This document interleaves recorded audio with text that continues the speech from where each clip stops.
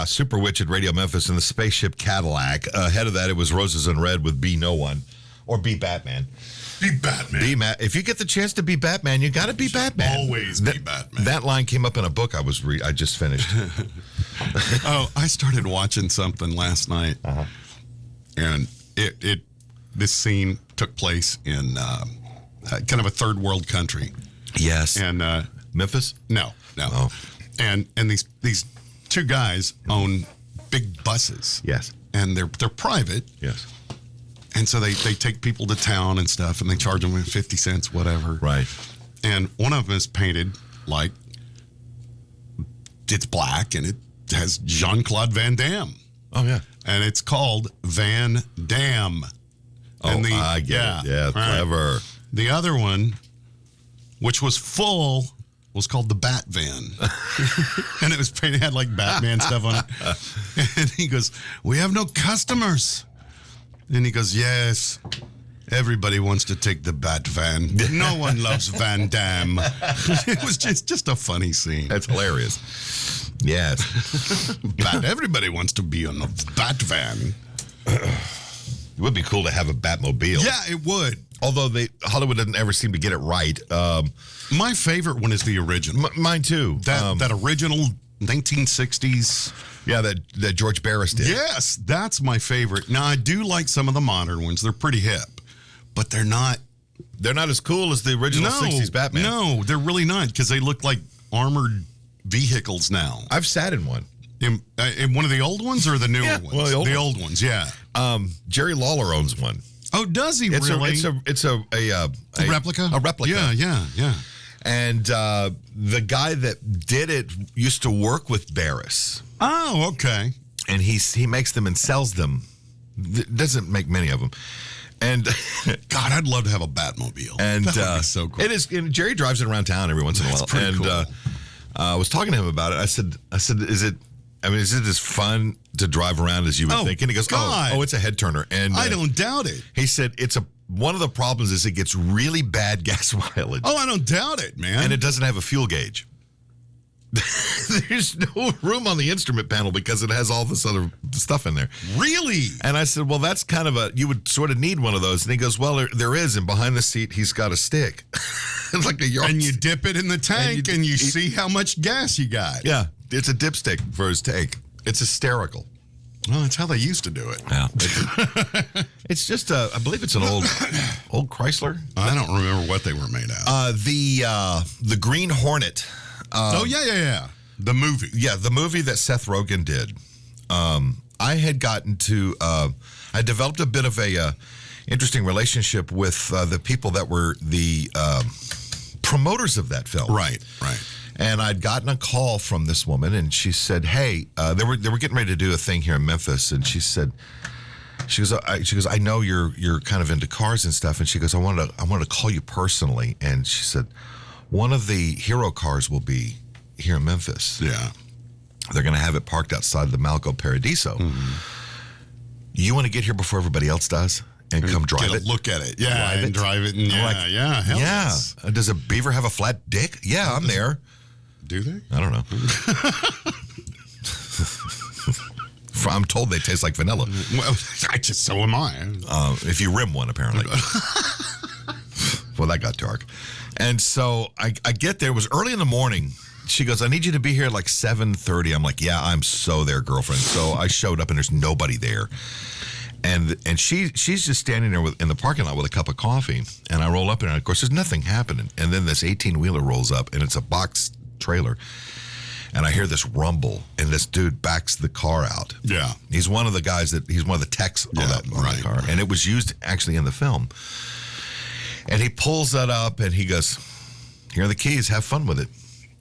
He said, don't take it out onto the road. Just in the parking lot. Stay in the parking lot. He said, you'll scare the shit out of everybody on the road with it. Oh, yeah. And he said, it'll scare you, too. He said, look, it was built for its looks. Not anything else. Performance or any, Well, it performed. It had a big motor in it, and it was loud. And but it was one of the ones where the machine guns were already up on the hood. Oh! And it had all the switches inside. Of course, they're dummy switches. Dummy switches, of course, yeah. And he said the seat is bolted to the floor because it was measured for the driver who was Kato, Right. who was John Cho, I think, in the film. I can't remember. I think it is. And he's a little fella, but I was able to drive it. And that thing rattled. It was just you wouldn't want to drive it. It wasn't aligned right. It was kind of pulling. Yeah. But it was fun. And it was really cool to get up close to it. And he gave me a tour of how the thing operated and what they did. And they had made, I think it was like 8 cars for that film. And each one had a different job. And this one was used for a chase sequence with the machine guns on the hood, because they come up and down, and he goes, well, you can't do that because they would go into where the motor is, right? So they already had one that and then they had another car that was just the front end that they would show the guns going up and down. Didn't have a motor, right. So they make all of these things. Yeah. It was cool. It was Black Beauty is what they called it, and it was a 1965-1966 Chrysler Imperial. It was a 2-year car. They had taken 2 of them, cut them in half, put them together because one was a slightly longer than the other, and they needed to make a bigger car. They always make the weirdest, coolest cars for films, man. They really do. And up close, it looks hoopty. Yeah, I mean, but on camera, it looks great. It looks, and that's the whole point. Yeah. It's got to be, and they do certain paint jobs that are specifically for the camera, right? And they got these guys that do paint work that understand that, and they know how to make their paint hide the crimes, if you will. There wasn't a bit of rubber trim on any of that thing. The doors rattled, everything. Oh, it was noisy. Oh my God. Oh yeah, that's hilarious. It was fun, but it was cool to see it. It was really nice. So speaking of messages, at 6:35 this morning. Yes. Somebody sent a message, it looks like via text, to our business line. At 6:30 this morning? Yeah. Okay. 901-352-0107. Yeah. And when I got this, and I was reading it, and I was like, wow, we hit the big time, dude. Oh, man. Great. Oh, yeah. As written. Uh-oh. Hey, just wanted to see if you will do this for me. Will you put this on the radio tomorrow morning at like around 7? Then say if Jeez_Jordan65, JEEZ_JORDEN 65 from Instagram is out there, tell her too that you have a guy that needs you to talk to him because she and I got in a fight. So if you can put this on the radio tomorrow at 7 in the morning, please and thank you. Tell her to unblock me. Wow. I miss her so much that I would literally do anything just to have her back in my life. And when I say her, I meant as the girl I'm giving you right now. Please and thank you. Okay. That's all I have. I don't even know the guy's name. We just know this girl's deal over there. And it's not 7 in the morning. They got into a spat of some sort, apparently. She blocked him, and now he wants her back. Dude, if you're listening. Yeah, and I'm sure he is. There's your sign. Hey, it's happened to all of us, man. It's time to move on to greener pastures. Oh, yeah. Yeah. And there are. Sure. Trust me on this. Sure. Get a dog, walk him through a neighborhood. Right. And you'll get some ass. Man, dogs and babies. Yes, absolutely. Borrow your nephew. Take him around in a stroller. I mean, he needs to be young enough to do that. You don't want to take a 15-year-old in a stroller. Well, no. That's just kind of weird. Well, you might pick up some women that way, though. In between breastfeedings. Right. I guess. Dog or a baby. Best way to pick up women. Okay, now wait. This came from a number that's not in our area, so I have no idea. So it may be 7 a.m. somewhere. Yeah. Well, 7, almost 30. I guess.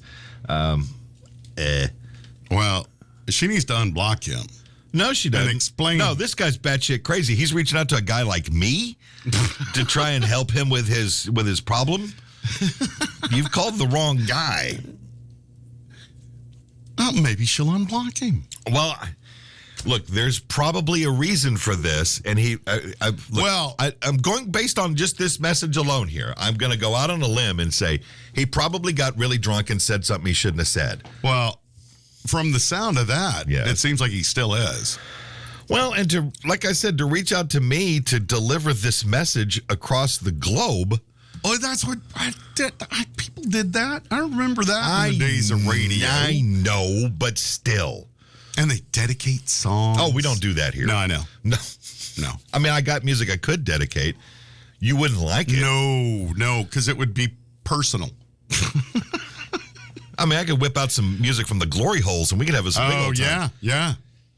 I don't know. There's a reason why she blocked you, dude. And I don't need to know the answer to that. Yeah, well. First of all, we're not on the air at 7 a.m.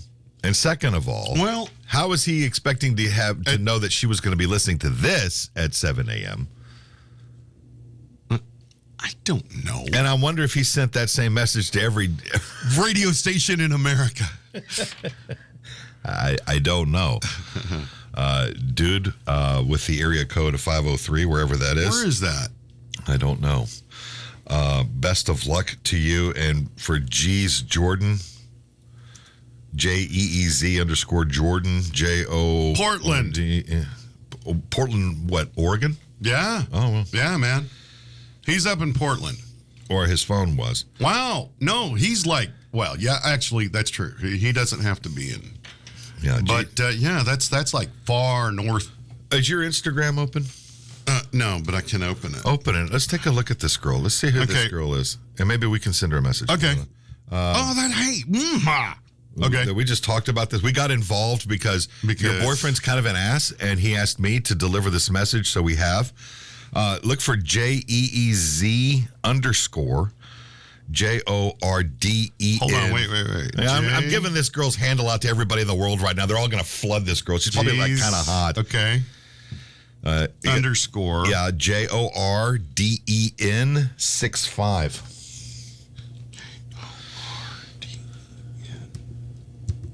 Oh, there she is. Yeah, you found her? Who is this woman? I don't know. She has 23 followers. About to have a lot more. One post. Uh-oh. And the account's private. Ah. Yeah, and I can't send her a message. Well, I wouldn't. No. And I'd have to follow her to send her a message. No, we don't want to get involved I don't really in all that. Well, everybody else is going to do this now, and that's, so there you go. Well, yeah, if anybody out there wants to do that and tell G's Jordan 65. That Radio Memphis spoke of her and gave out her handle. And that this guy. Her boyfriend's batshit crazy, apparently. He wants her back. And to unblock him, please. Okay, we delivered the message, dude. Where's my money? Went to way more trouble, too. Wow, that's like, yeah. That's like right on the border of Washington and Oregon. They are right there on the coast. Okay. That's where that area I've got his number. We could call him, but I'm not going to go through all that much effort. No, we can't. I don't want to do. Although.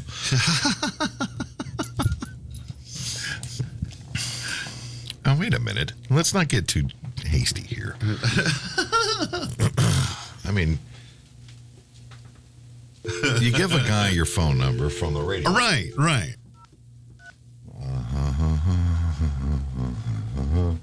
I mean, this is filling time, dude. Hey, yeah. And that's the way this works. Let's see who answers.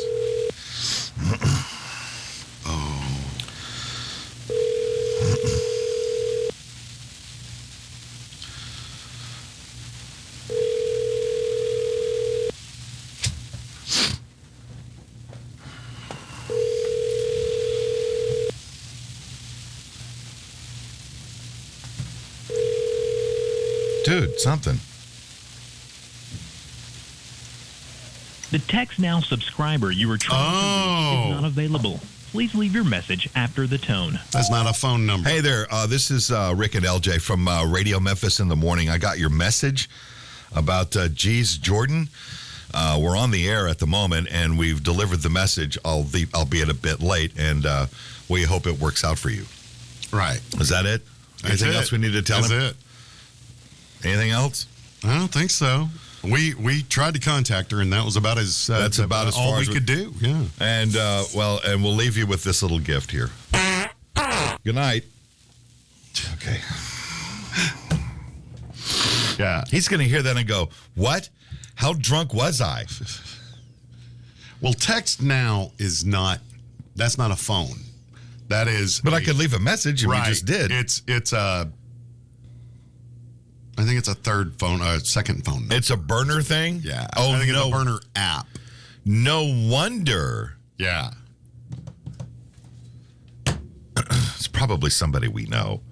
Yeah, right. Being silly, I guess. It says, text. Because I looked up, it said the text now number.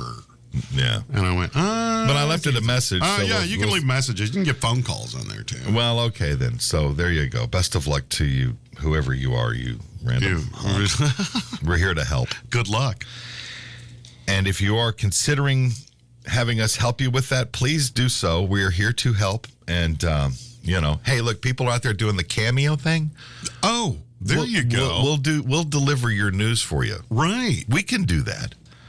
Yeah, because we don't care how they react. Hey, is this Jane? Hey, guess what? Your husband's divorcing you. Yeah. That kind of thing.